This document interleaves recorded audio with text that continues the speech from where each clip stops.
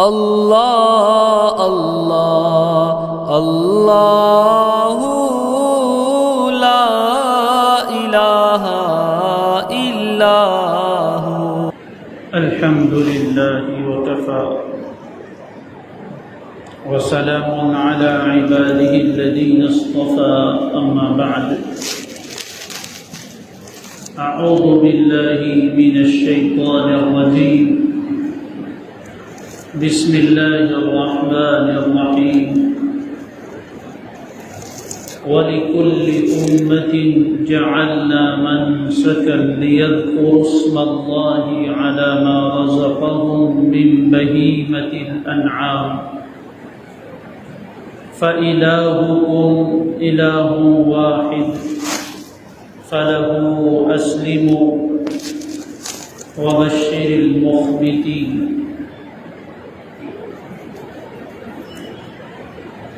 وقال النبي صلى الله عليه وسلم من وجد سعة فلم يضحي فلا يقربن مصلانا اللهم صل على سيدنا محمد وعلى آل سيدنا محمد وبارك وسلم. میرے محترم دوستوں اور بزرگوں، اسلامی سال کا 11واں مہینہ ذوالقعدہ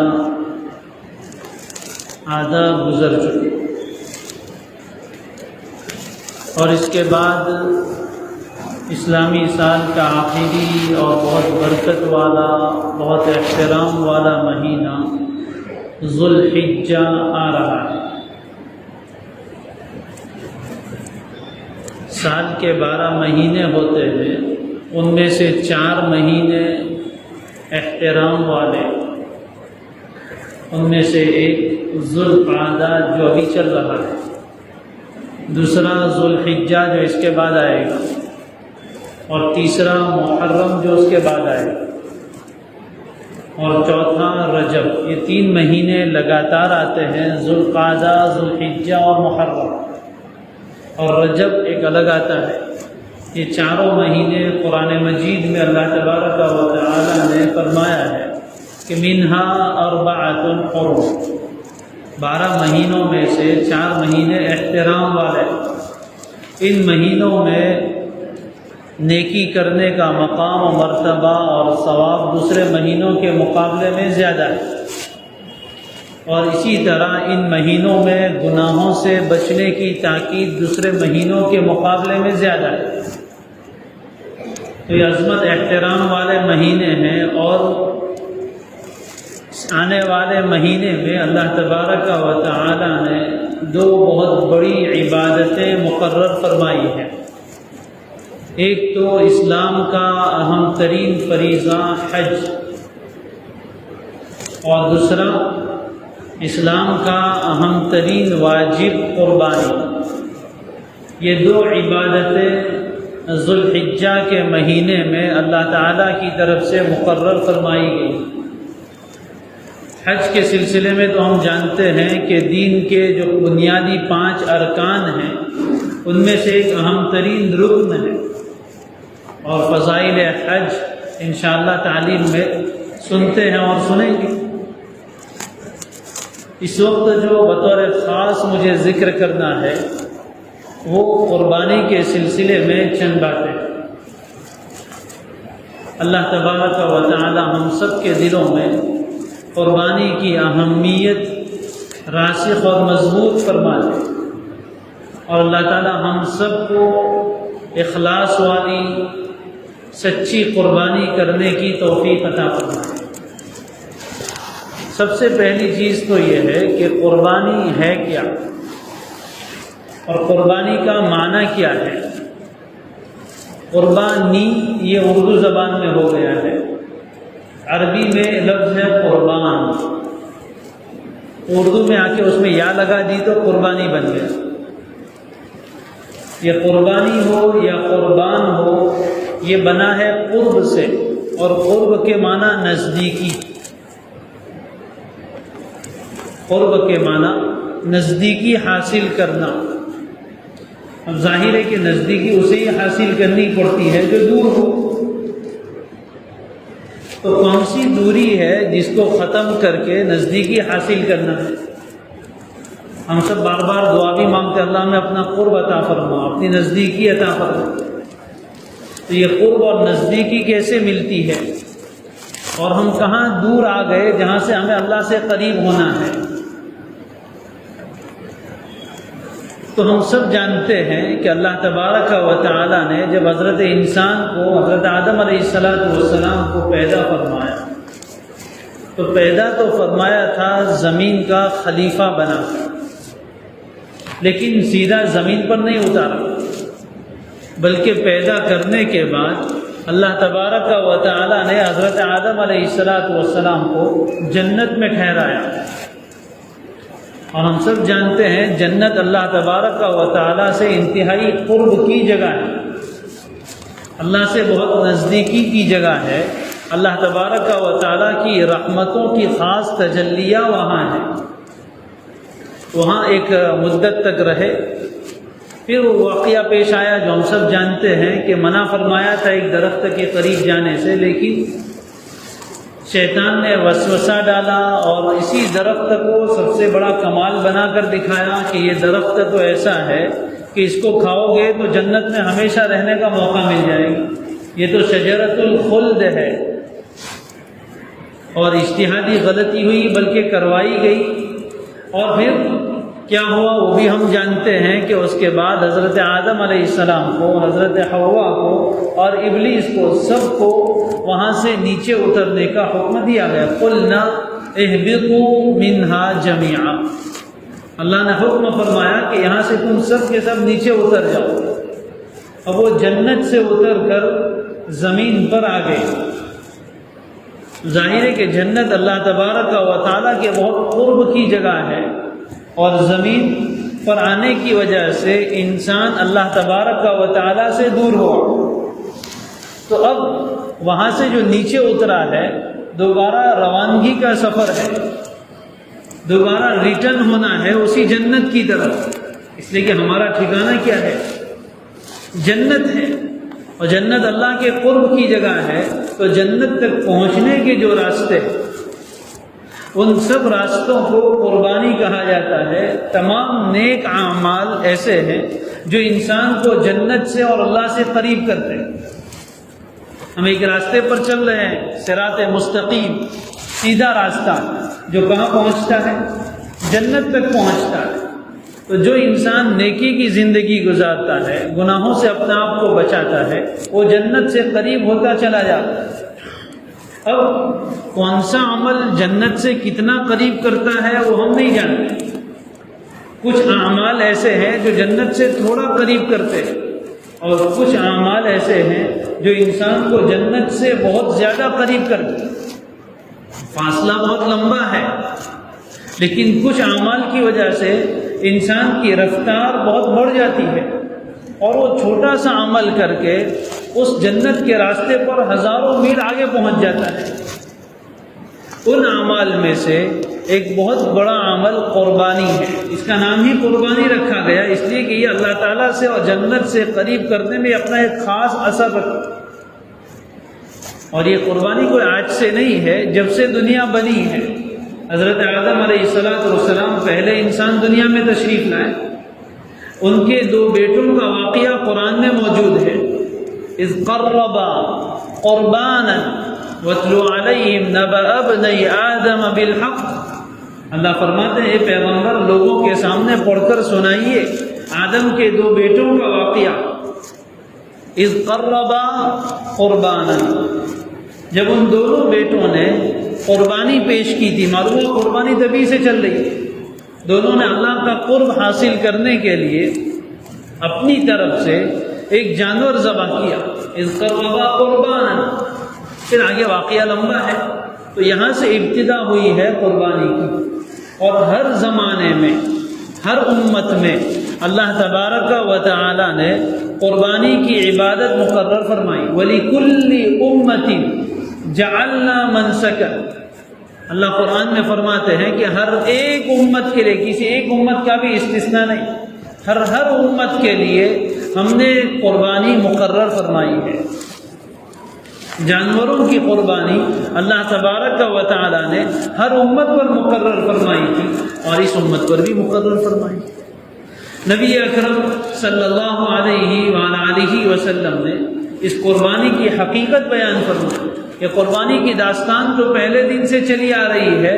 دنیا میں لاکھوں کروڑوں انسانوں نے، اللہ کے نیک بندوں نے اللہ کا قرب حاصل کرنے کے لیے اپنی سب سے قیمتی چیزیں اللہ کے راستے میں قربان کی، لیکن قربانی کی اس تاریخ میں، قربانی کی ہسٹری میں سب سے بڑا جو واقعہ پیش آیا اور وہ سنہرا واقعہ ہے، وہ انہونا واقعہ ہے جو حضرت ابراہیم علیہ السلام کے ذریعے سے وجود میں آیا۔ واقعہ معلوم ہے، ابھی مجھے ذکر نہیں کرنا ہے۔ ان سے اللہ تعالیٰ نے بیٹے کی قربانی مانگی اور انہوں نے اس قربانی کو سچ کر کے دکھایا۔ اللہ کی طرف سے اعلان ہوا قد صدقت الرؤیا۔ یہ قربانی کی تاریخ اور ہسٹری میں ایک ایسا واقعہ ہے جس نے انقلاب برپا کر دیا۔ اس لیے جب نبی اکرم صلی اللہ علیہ وسلم سے پوچھا گیا کہ ما هذه الاضاحی یا رسول اللہ کے رسول، یہ قربانیاں کیا ہیں، یعنی اس کی کیا حقیقت ہے؟ تو آپ نے فرمایا تھا سنت ابیکم ابراہیم، یہ تمہارے والد حضرت ابراہیم کی سنت اور ان کا طریقہ ہے، ان کی یادگار ہے۔ اور یہ قربانی انسان کو اللہ سے قریب کرتی ہے، اسی لیے نبی اکرم صلی اللہ علیہ وسلم نے مستقل اس کے فضائل بیان فرمائے جو ہر سال ہم سنتے ہیں۔ یہ قربانی کے جانور انسان کو پل صراط سے گزارنے والے ہیں۔ روایتوں میں فرمایا کہ کل قیامت کے دن جہاں انسان کے اعمال لائے جائیں گے وہاں یہ قربانی کا جانور پورا لایا جائے گا، یہاں تک کہ اس کے سینگ، اس کے پیر کے کھر یہ بھی لائے جائیں گے جو کھانے کے کام میں استعمال نہیں ہوتے، اور اس کو بھی اس کے ایک ایک بال پر اللہ تبارک و تعالی نیکیاں عطا فرمائے۔ قربانی کے جانور کا پہلا قطرہ خون کا زمین پر گرے اس سے پہلے اللہ تبارک و تعالیٰ کے ہاں وہ قبول ہو جاتا ہے۔ یہ بہت اہم ترین عمل ہے۔ سب سے پہلے اس کی اہمیت اور اس کی فضیلت ہمارے دلوں میں ہونی چاہیے۔ کوشش یہ کی جا رہی ہے کہ مسلمانوں کے دلوں سے قربانی کی اہمیت کو نکالا جائے، اس کو ایک بوجھ سمجھ لیا گیا ہے۔ قربانی تو ایک عاشقانہ عمل ہے، محبت بھرا عمل ہے۔ اپنے محبوب کے لیے کوئی چیز قربان کر دینا، اس کا جو لطف ہے، اس کا جو مزہ ہے، وہ کوئی عاشق اور محبت کرنے والا ہی سمجھ سکتا۔ دنیا میں جو لوگ ناجائز محبتیں کرتے ہیں وہ اپنے محبوب کے لیے کیا کچھ قربان کرتے ہیں۔ کتابوں میں لکھا ہے کہ امریکہ کے ایک آدمی نے اپنی گرل فرینڈ کے لیے پورا بوئنگ ہوائی جہاز ہدیہ کیا۔ صرف ناپاک محبت کے لیے انسان اتنی بڑی قربانی دے سکتا ہے، تو اللہ تبارک و تعالیٰ کی محبت میں کیا ایک انسان اپنے مال کا تھوڑا سا حصہ اللہ کے نام پر قربان نہیں کر سکتا؟ اس کا ایک لطف ہے، اور اللہ تبارک و تعالیٰ کے یہاں اس سے جو انسان کو قرب اور نزدیکی ملتی ہے وہ عام حالات میں نہیں مل سکتی، اور دوسرے اعمال کے ہر عمل کا اپنا ایک خاص اثر ہے۔ اللہ کا قرب دلانے میں اس قربانی کے جانور کا جو اثر ہے وہ کوئی اور نیک عمل اس کی جگہ نہیں لے سکتا۔ اس طرح کی باتیں بھی چلائی جا رہی ہے سوشل میڈیا پر اور بہت سی جگہوں پر کہ ایک دن میں اتنے جانور قربان کرنے سے کیا فائدہ، لاکھوں کروڑوں کی تعداد میں جانور ذبح کر دیے جاتے ہیں، گوشت نہیں کھائیں گے تو کہ مر جائیں گے کیا؟ اس سے تو اچھا ہے کہ اتنا پیسہ جمع کر کے کوئی رفاہی کام کیا جائے، کوئی ریلیف کا کام کیا جائے، غریبوں کی مدد کی جائے، غریبوں کے گھر بنا دیے جائے، ہاسپٹل بنا دیے جائے، اور ایجوکیشن کے پیچھے ہی مال خرچ کیا جائے۔ یہ بہت ساری باتیں ابھی قربانی کے موقع آتے ہی شروع ہو جاتی ہے، یہ ذہن بنانے کی کوشش کی جاتی ہے، کبھی اخبارات کے ذریعے سے، کبھی سوشل میڈیا کے ذریعے سے۔ یاد رکھیں کہ قربانی ایک عبادت ہے، کوئی دنیا کی طاقت مل کر اس عبادت کو ختم نہیں کر سکتی۔ اس عبادت کو جیسے کرنے کا حکم دیا گیا ہے اسی طرح ادا کیا جائے گا۔ ایک آدمی 10,000 روپے کا ایک بکرا لے کر اپنے واجب قربانی ادا کرے، اس کے مقابلے میں کوئی آدمی 10 لاکھ روپے کسی غریب کو دے دے، اللہ کی قسم اس کے واجب کے مقابلے میں اس کے 10 لاکھ روپے خرچ کرنا اس کو اللہ کا قرب نہیں دلوا سکتا۔ اور جو یہ باتیں اور مشورے دینے والے ہیں ان کو مسلمانوں کو صرف عبادت سے دور کرنا سمجھ میں آتا ہے۔ یہی بات حج عمرہ کے تعلق سے کہی جاتی ہے کہ بار بار حج عمرے کرنے کی کیا ضرورت ہے، اتنے پیسے ہیں تو غریبوں کو دو نا۔ تو دوسرے سارے شوق جب پورے کیے جاتے ہیں اس وقت غریب یاد نہیں آتے۔ شادیوں میں جب لاکھوں روپے خرچ کیے جاتے ہیں وہاں کوئی کہنے نہیں جاتا ہے کہ اتنے پیسے کیوں خرچ کر رہے ہو، غریبوں کو دو، تمہارے فلاں رشتے دار غریب ہے ان کو دو۔ 1 لاکھ اور 1.5 لاکھ روپے کا آئی فون استعمال کیا جاتا ہے، اس وقت کوئی کہنے نہیں جاتا ہے کہ بھائی 10,000 کا فون بھی آتا ہے وہ استعمال کرو نا، باقی 90,000 روپے کسی غریب کو دے دو، کسی بچے کی فیس میں ادا کر دو، وہاں کوئی نہیں کہتا۔ گھر میں رہنے کی ضرورت کرائے کے مکان میں بھی پوری ہو جاتی ہے، چھوٹے سے فلیٹ 10, 12, 15 لاکھ کے فلیٹ میں بھی پوری ہو جاتی ہے۔ 1 کروڑ کا بنگلہ کیوں بنا رہا ہے بھائی؟ اتنا پیسہ دے دے کسی غریب کو۔ لباس کی ضرورت تو 500 روپے کے کپڑے میں پوری ہو جاتی ہے، 5,000 کا سوٹ کیوں پہنتا ہے؟ گاڑی کی ضرورت تو 20-25 ہزار کا اور بسیں بھی چلتی ہے، 5 لاکھ کی گاڑی کیوں لے رہا ہے بھائی؟ اتنے پیسے کسی غریب کو دے دے، وہاں کوئی نہیں کہتا۔ جہاں موقع آتا ہے عبادت کا، جہاں موقع آتا ہے شریعت کے حکم کو پورا کرنے کا، وہاں یہ ساری چیزیں نظر آتی۔ اور جن جگہوں پر خرچ کرنے کے لیے کہا جاتا ہے ان کی حقیقت آپ سب جانتے ہیں۔ بہرحال تو یہ چیز ہمارے دل میں اہمیت اس کی ہونی چاہیے، قربانی کا ایک شوق ہونا چاہیے، قربانی کا ایک جذبہ ہونا چاہیے، اور ابھی سے ہم تیاری کریں، اپنے ذہنی اعتبار سے، مالی اعتبار سے اپنے مال کا حساب لگائیں کہ میرے اوپر قربانی واجب ہوتی ہے یا نہیں ہوتی۔ قربانی کس پر واجب ہوتی ہے؟ ایک چیز اچھی طرح سمجھ لیجئے کہ قربانی واجب کس پر ہوتی ہے۔ ہم میں سے بہت سے ایسے ہیں جن پر قربانی واجب ہو جاتی ہے لیکن ہم سمجھتے ہیں کہ ہم پر قربانی واجب نہیں ہے۔ 2 نصاب ہے۔ ایک نصاب تو وہ ہے کہ اتنی مقدار ہونے پر اور ایسا مال ہونے پر زکوٰۃ انسان پر فرض ہوتی ہے۔ تو سیدھی سی بات یہ ہے کہ جس پر زکوٰۃ واجب اور فرض ہوتی ہے اس پر قربانی بھی واجب اور فرض ہوتی ہے۔ لیکن بہت سے ایسے ہیں جن پر زکوٰۃ واجب نہیں ہے لیکن قربانی ان پر واجب ہوتی ہے، اس لیے کہ زکوٰۃ کے لیے سونا، چاندی، روپے پیسے، تجارت کا مال، یہ چیزیں ہوں ایک خاص مقدار میں، جو 612 گرام چاندی کی مقدار ہے اس میں، لیکن سونا چاندی، روپے پیسے، تجارت کا مال، اتنی ہی چیزیں شمار کی جاتی ہیں۔ اس کے مقابلے میں قربانی کے لیے عموم ہے، سونے چاندی روپے پیسے کا ہونا ضروری نہیں، ضرورت سے زائد انسان کی جو بشری ضرورتیں ہیں، جو انسانی بنیادی ضرورتیں ہیں، اس سے زائد اگر اتنا مال اس کے پاس ہے جو نصاب کی مقدار کو یعنی 612 گرام چاندی کی قیمت کو پہنچ جائے تو اس آدمی پر قربانی واجب ہو جاتی ہے۔ مثال کے طور پر ایک آدمی کے پاس 2 مکان ہیں، ایک مکان میں وہ رہتا ہے اور ایک مکان ایسے ہی پڑا ہے، تو زکوٰۃ جب ادا کرنے کا موقع آئے گا تو یہ ایک زائد جو مکان ہے اس کو شمار نہیں کیا جائے، لیکن قربانی کے موقع پر اس کو بھی شمار کیا جائے۔ گھر میں بہت سی ایسی چیزیں ہیں جو ضرورت کی نہیں ہے، اس کے بغیر بھی ضرورت پوری ہو جاتی ہے، وہ زائد ہے، استعمال میں بھی نہیں آتی ہے، تو وہ چیزیں بھی اس میں شمار کی جائے گی۔ ایک آدمی کے پاس 2 موبائل فون ہیں، ایک سے اس کا کام چل جاتا ہے، دوسرا ایسے شوق کے لیے رکھا ہے، تو یہ ضرورت سے زائد ہے۔ ایک آدمی کے پاس 2 بائک ہے، ایک بائک سے اس کا کام چل جاتا ہے، ایک شوق کے لیے رکھ چھوڑی ہے، یہ ضرورت سے زائد ہے، اس کو بھی شمار کیا جائے۔ اسی طرح گھر میں بہت سے ایسے برتن ہوتے ہیں کہ جو سال میں کبھی استعمال میں نہیں آتے، وہ بھی اس میں شمار کیا جائے گا۔ بہت سے ایسے کپڑے ہوتے ہیں جو شادی کا ویڈنگ ڈریس لے کر بیوی نے رکھا ہے 50,000 کا، ایک دن پہنا، اب کبھی پہنتی نہیں، بس ایسے ہی کباڑ میں لٹکا کے رکھا ہے، یہ بھی ضرورت سے زائد ہے، اس کی بھی قیمت شمار کر کے اگر پہنچ جاتی ہو اتنی مقدار کو تو اس پر قربانی واجب ہو جائے۔ لہذا کسی معتبر عالم کے پاس جا کر اپنے مال کا حساب کروا دے کہ مجھ پر قربانی واجب ہوتی ہے یا نہیں ہوتی۔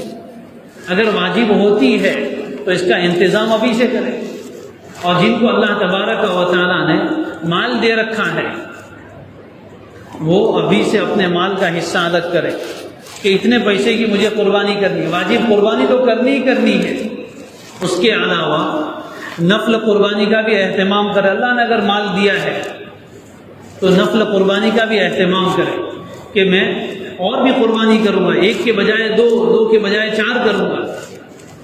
تو اس کے لیے یہ قرب اللہ کی نزدیکی کا ذریعہ ہے۔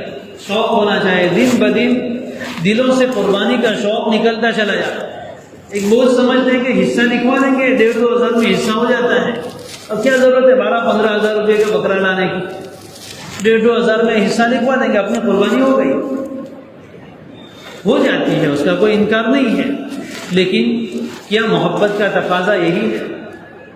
کیا گوشت کھانے کے محتاج، یعنی وہاں بہت محتاج ہے لوگ، بہت غریب ہے، تو اپنے یہاں سب کم ہو گئے ہیں، اپنے یہاں سب پیٹ بھرے ہوئے لوگ ہیں؟ قربانی کے دن ذرا جا کر جائزہ لیجیے شہر کا، کتنے لوگوں کے یہاں ایک بوٹی گوشت بھی نہیں پہنچتا ہے، اور پہنچ بھی جاتا ہو تب یہ ہماری ضرورت ہے، ہم اپنے ہاتھ سے اپنی جانور کو قربان کریں اور جتنا ہو سکے زیادہ مال قربانی پر لگائیں، تو یہ اللہ تبارک و تعالیٰ کے قرب کا اور اس کی نزدیکی کا ذریعہ ہے۔ اس لیے ابھی سے فکر کریں کہ ہمیں اس سال شاندار قربانی کرنی ہے، اللہ کو راضی کرنے۔ ہر انسان کی مالی حیثیت اللہ جانتے ہیں، ایک دوسرے پر فیصلے لگانے کی ضرورت نہیں ہے۔ ہر انسان اپنی حالت جانتا ہے کہ میرے پاس کتنا مال ہے اور اس میں سے میں کتنا قربان کر سکوں۔ اللہ کے بہت سے نیک بندے اور بندیاں ایسی بھی ہیں جو قربانی کر کے جو کچھ ہے سب کچھ ختم کر دیتے، سال بھر بچاتے ہیں تھوڑا تھوڑا کر کے، 10-15 ہزار روپے ہوتے ہیں، قربانی کے دن سارا مال خرچ کر دیتے ہیں۔ اور ایسے لوگوں کو بھی میں جانتا ہوں جن کے پاس قربانی کا جانور لانے کے پیسے ہوتے ہیں لیکن قربانی کے جانور کو ذبح کرنے اور اس کی کٹنگ کے پیسے قرض دے کر دیتے ہیں، لیکن خوشی سے قربانی کرتے ہیں۔ پھر اللہ تبارک و تعالیٰ اس کے بدلے میں خوب نوازتے ہیں، دنیا میں بھی نوازتے ہیں، اور آخرت میں جو ملنے والا ہے ملے گا انشاءاللہ۔ اللہ تبارک و تعالیٰ ہم سب کو قربانی کی اہمیت کو، اس کی فضیلت کو سمجھنے کی اور قربانی کرنے کی توفیق عطا فرمائے۔ وآخر دعوانا ان الحمد للہ رب العالمین۔